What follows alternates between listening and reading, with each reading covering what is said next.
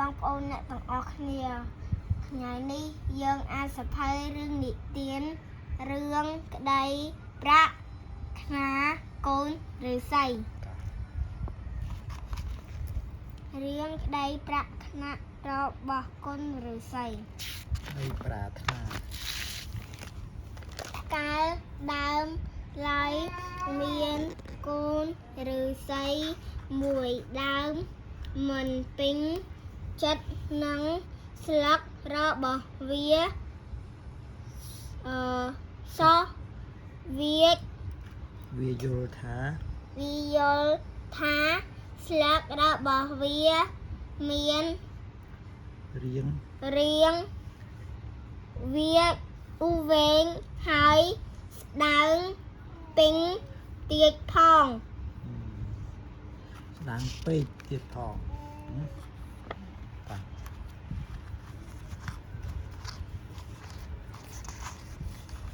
វានិយាយថាវាចង់បានស្លឹករបស់វាដូចមាសបើបានស្លឹកមាសទៅស្អាតរុក្ខទេវៈលឺទេវតាលឺ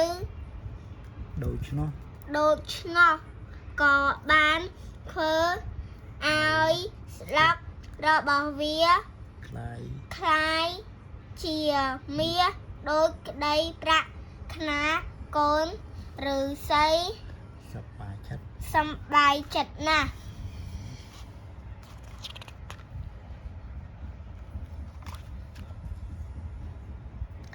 ក្រោយមកមានបុរសខ្នាក់ដើរមកម្នាក់ដើរមកឃើញកូនឫស្សីមានស្លឹកមាសក៏បេះស្លឹកនោះយកទៅលក់ទាល់តែអស់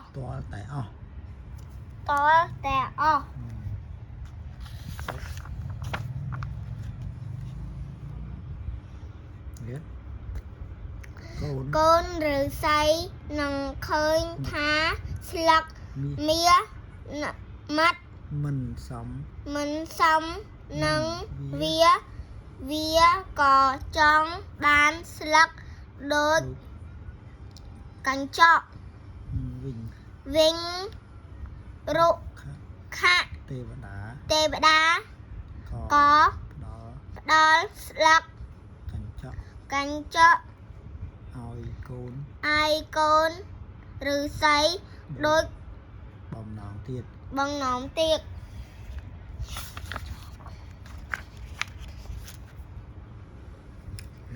កូនឫស្សី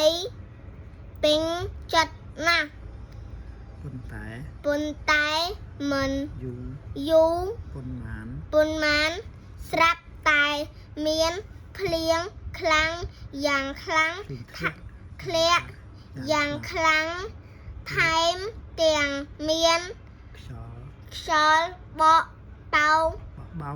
បោកធ្វើឲ្យស្លឹក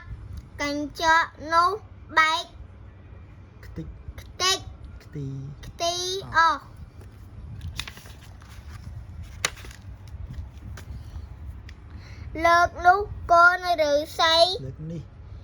លើកនេះកូនឫស្សីសងថាសូមឲ្យវាមានស្លឹកធំហើយមានពណ៌បៃតងវិញរុក្ខទេវតា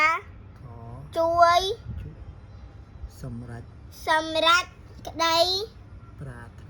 ប្រាថ្នារបស់វាទៀតប៉ុន្តែបន្តិចក្រោយមក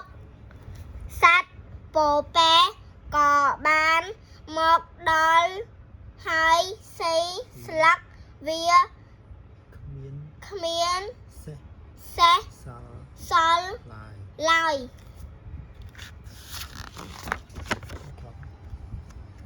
កូន ឬស្សីនិយាយថាស្លឹកដែល ស័កសម ស័ក្តិសម នឹងវា មានតែស្លឹកចាស់របស់វាតែប៉ុណ្ណោះស្លឹក វែង ស្ដើងដែល ធម្មជាតិ បង្កើតមក ពឹស ពិតជា សម ចំពោះ វាណាស់រុក្ខទេវតា ក៏ធ្វើ ធ្វើឲ្យកូនឫស្សីនោះមានស្លឹកដូចដើមវិញ អើហើយ ចាំជម្រាបបងប្អូនអ្នកទាំងអស់គ្នា បាយបាយ បាយបាយ